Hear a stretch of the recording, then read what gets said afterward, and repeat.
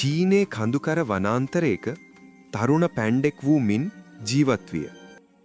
අනෙක් පැණ්ඩන් උණකඳන් හපද්දී මින් සිහින මැරුවේ චීනයේ ප්‍රසිද්ධ සත්ව සූපවේදී තරඟයට සහභාගී වීමටය.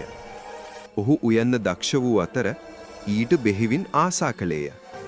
දිනක් මින් ඔහුගේ අලුත්ම උණ අංකුර සලාදය පිළියෙල කරමින් සිටියදී ඔහුගේ මාම වූ ලී සහ තවත් පැණ්ඩෙක් පැමිණියාය.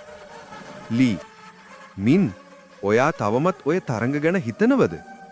අපි වගේ කැලේ පැණ්ඩෝ කෑම හදලා දිනන්න අපිට පුරුවන්ද? හාව්, හයියෙන් සිනාසෙමින් මින්ට මෙහෙම කිව්වා. පිස්සුද? උයන තරඟයකට යනවලු. හා හා හා. ඔයාගේ දක්ෂතාව උණ කඳන් ඉක්මනින් කන එක විතරයි. පිස්සු අදහස් අත්හරින්න. සියලු පැණ්ඩන් මින්ට hina වුවත් මින් පසුබට වූයේ නැත. මින්, හොඳයි. මම කොහොම හරි තරඟයට යනවා. කවුරු hina වුණත් කමක් නැහැ. මට පුළුවන් කියලා මම දන්නවා. මින් රහසිගතව පුහුණු විය. ඔහු තම අද්විතීය කෑම වට්ටෝරු සකස් කරගෙන නිහඬවම නගරයට ගොස් තරඟයට ඉදිරිපත් විය. මාස කීපයකට පසු වනාන්තරයේ පැණ්ඩන් රේඩියෝවක් අසල රැස්ව සිටියහ. නිවේදකයාගේ හඬ. අවසාන වටේට සුදුසුකම් ලැබූ පැණ්ඩා මින් අද ඔහුගේ හිම කඳුකරේ පැණ්ඩා ප්‍රණීතය ඉදිරිපත් කළා.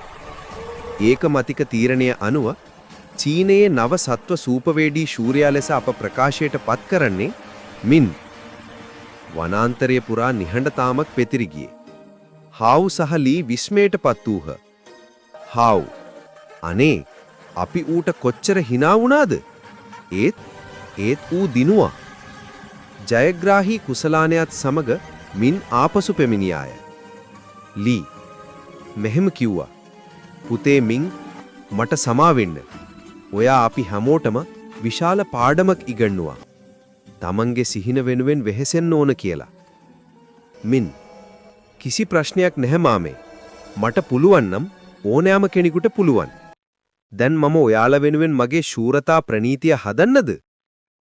සියලු පැණ්ඩන් සතුටින් අත්පොලසන් දුන්හා. මින් තමන්ගේ ආශාව පසුගස් ගිය. සමස්ත වනාන්තරයටම එයින් ආශ්වාදයක් ලබා දුන්නේ.